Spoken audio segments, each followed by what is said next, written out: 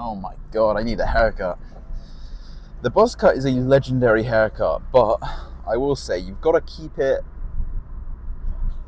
trimmed. At least, well, normally kind of the lower the better, but my ideal spot is around 2. Um, yeah, I don't even know. Just 2. The number 2. Which is about, I don't know, I think it's about 6 millimeters of actual depth or height of hair.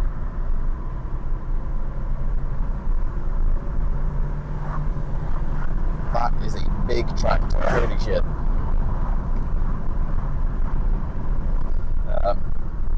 But yeah, I've actually I've converted 5 people from, or to getting a buzz cut.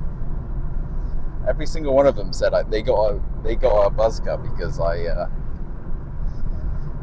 ended up influencing them to get it.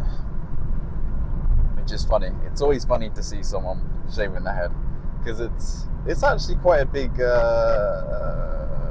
step out of your comfort zone, especially if you've never seen yourself with like no hair. You're just like, I mean, now what I've got now is just a bit too long, but yeah, when I first got a buzz cut, it was probably when everybody else first got a buzz cut during lockdown, where I shaved my head, or I got my sister to shave my head with the dog's buddy shaver. For some reason, back then we didn't have a shaver, so I was using the buddy dog's one, and it ended up being way too long, and I hated it because it was just way too long. And then fast forward after lockdown, I went back to the barbers, and I don't know why, but something got in my head that I wanted to do it again. I wanted to buzz it again, but I knew I needed to go way shorter. So, and then ever since then, it's stayed. So maybe one day I'll grow it back out, but it's too convenient to not have. I can see myself in the future going bald as well, because my family has a widow's peak genetics. So by the time I'm like 50 or 60, when the corners have receded back enough, I'll probably just shave it all off. I'm not completely against it, but I feel like you've got to have a good bit of beard to be able to pull it off. Yeah, it should be good. But if anyone's thinking about going for a buzz cut, go for the buzz cut. If I can influence you, you should do it. 100%. Well, one, I'm saving like 30 or 40 quid a month by having this haircut, because I just shave it myself. You can get a shaver for, I don't know, 50 quid. And then you can kind of sack off going to the barbers then, because you don't have to drive there. You don't have to, wait until the bloke before you's done. So you're saving time and you're saving money, which is a win-win scenario, isn't it, really? I will say though, if you are going to get a buzz cut, I would, well, one, it depends on your face shape as well. You got to kind of know what your face shape's like, and also maybe if you're a bit slimmer as well, because normally it's quite a sucked in haircut. So but I mean, I don't know. Get it though. If you're thinking about it, get it. Don't pussy out. Your hair's gonna grow back, innit? So just give it a go. And if you look shit, I doubt you'll look shit, but especially if you're going, I mean, it's even if you're doing it yourself, it's kind of hard to fuck up. It's just one all over. Just get someone to look at the back or something like that. Make sure you're not missing got any clumps of hair. But I used to be more of a skin fade, kind of messy on top type of haircut. But then, yeah, I want to say I upgraded to the buzz cut, but right now it doesn't look like an upgrade because it's about a week too old. It needs a haircut. Probably tomorrow.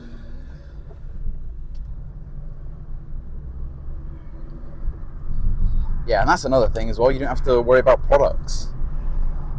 You're not spending time in the mornings kind of styling it. So, you know, you literally just wake up and you're ready to go. That is so good, isn't it? You're just ready to go off the rip. I didn't even say what day it is, but I'm sure you'll probably know by the title of this video. It's Hamstrings. So, bit of a quick one. We're doing some lion leg curls, calves, and then adductors as well. Okay.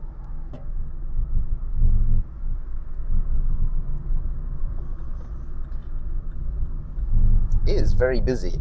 Oh, it's because I'm early today. It's 6 o'clock. It's about an hour and a half earlier than I normally am. So I think everyone's driving home from work.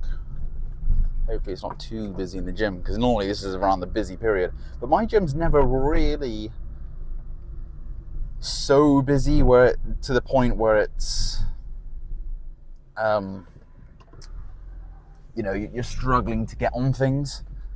Although my gym is small, the amount of equipment we almost have like 100 pieces in a tiny space. Okay, it's not 100 pieces, let's be honest. There's at least 2 of the same equipment. Or maybe not of the exact same brand, but of the same exercise, what I'm looking for. So we will skip to lying leg curls, I think. So, see that.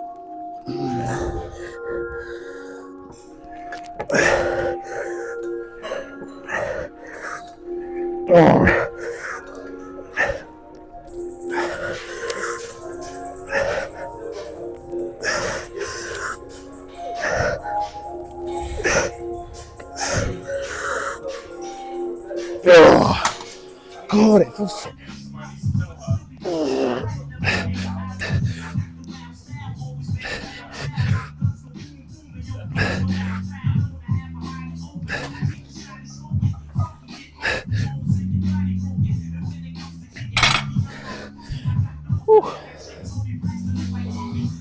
Oh, make sure my audio is actually working and recording.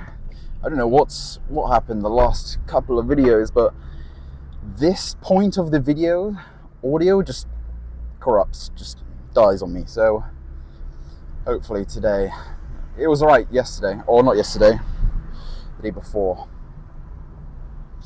So should be good. But hamstring's pretty good. I don't know what it is about that flex leverage lying hamstring curl. After the first set, it just completely tanks my energy reserves like crazy. I'll be on the 16th pin and I'll do like 9 reps. I'll go again for the second set, and instead of going down by a rep, maybe 2, I struggle to get even half the amount of reps that I normally get. I don't know what it is. It just tanks my fatigue so much, or just my hamstrings so much that I don't know. I just don't know. No other exercises like that I can think of. That is so taxing that it just destroys. I mean, shit, even squats. Like, even squats, I'll be able to get around a rep less than I did in the set prior. Which is insane, because squats is like the hardest movement that you can do. So I don't know, maybe it's just the biomechanics of the machine is set up so fantastically well that it just completely destroys my hamstrings. In a good way, though. Maybe. But I do like that line curl. It is very nice. I would say it's probably my second favourite I've ever used. My first favourite is... oh God. Is it? I don't actually remember what brand it was. All I remember it was plate loaded. It's in a gym right next to me.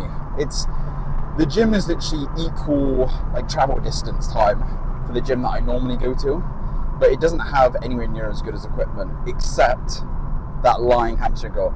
If I was to go there, that would be the prime reason that I would go there, is because of that hamstring curl. But I can't warrant 50 quid a month just to use one hamstring curl. That's insane. But it is very nice. It's a low-key gym diamond right there. You would look at it and you probably wouldn't think much, but it's the padding is beautiful. Okay, so the only thing about it is, actually I don't even think this is a bad thing. It has ergonomic grips on it, so it's like rubber grips, so you can't put on straps if you wanted to just kind of like hold on better. But to be honest with you, that doesn't make a huge difference anyway, even if you were using straps, just to stay a little bit more locked in. But the strength curve is perfect. It's nice and heavy. It's got a large height settings on it, and it's stable as hell. It feels great, and it's compact. It's compact because it's plate loaded, so you don't have a towering stack of plates on a cable. So yeah, very, very nice. That's the one machine that I do like about that gym. But my gym needs to get a few more things. They need to get an ab crunching machine.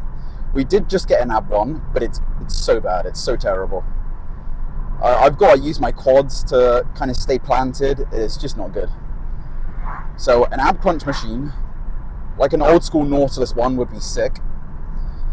A erector machine would be amazing. That lying hamstring curl that I was just talking about. A proper true squat would be sick.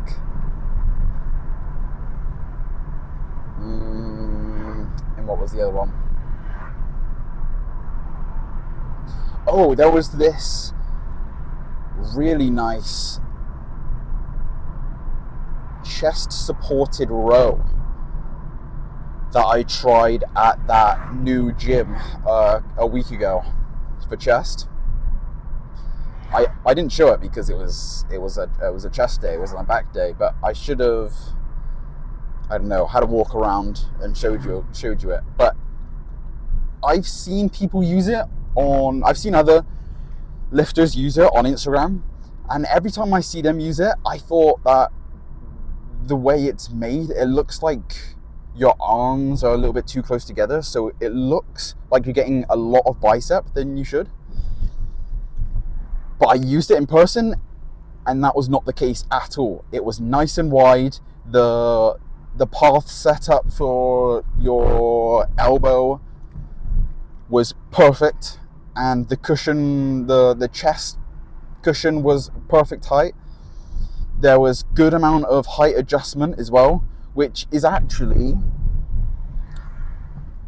hard to come by on some T-bar rows. But I don't even know if you can. This thing is, it's a T-bar row, but it is a T-bar row. It is a T-bar row, but it's an unconventional T-bar row. I'll throw up a picture of it when I started this conversation, but yeah, it's beautiful. There's so much height adjustment. The padding is really comfortable. Obviously, I don't know how comfortable it is going to be for the woman, because I don't think any woman likes a T-bar row, to be honest with you. It's probably very uncomfortable for them. But this was just lovely, because it's the path that the weight is traveling at is way lower. So normally on a T-bar it would be like that, right? But with this one it was like that. It was really nice. Yeah, and then I would have that. So those are the 5 pieces of equipment off the dome that I would buy if I had the money. But we did actually have 2 new machines in there today, which I didn't realize we were going to get today. But it was a Gym 80s, so another Gym 80s. We've been on a roll with Gym 80s at the moment. We've just been caning them in. But it was a Gym 80s chest fly. Now, for me, I have a bit of an on and off relationship with chest flies. A lot of the time, I get a lot of shoulder pinching, so I don't really use them anymore. But that is because I would just have the seat up a little bit too high. But I don't know why. Even if I did put the seat lower, or no, the seat higher, because obviously if the higher you are, the more jeopardy you're putting your shoulder in, right? So the lower you are, the less risk. So, but even if I had my arms low, it would still have a bit of pinchiness. I don't know. It's just weird. It's just one of those machines that my body doesn't like. Everyone has that one machine that their body doesn't like. For some reason, it's chest flies for me. But I'm okay. I love incline chest flies. Incline chest flies are great, but for some reason, when I do like a standard, like middle pec one or a lower pec one, it just fucking kills me. That, and we got a Cybex, like an old school Cybex chest supported row, which we did have in the old gym. Not the exact same one. I'm not gonna lie, it doesn't look as good as the old one. It does have rubber grips on it, so I can't really use straps, which is a bit of a waste. It's kind of defeating the purpose, because you want to use straps on back day. But there we go. But yeah, I'm gonna use it tomorrow. I'm definitely gonna use it tomorrow, because you gotta test these new pieces when they're new in the gym, because they're there, aren't they? So anyway, I'll see you tomorrow for back, and then we can test it out. So.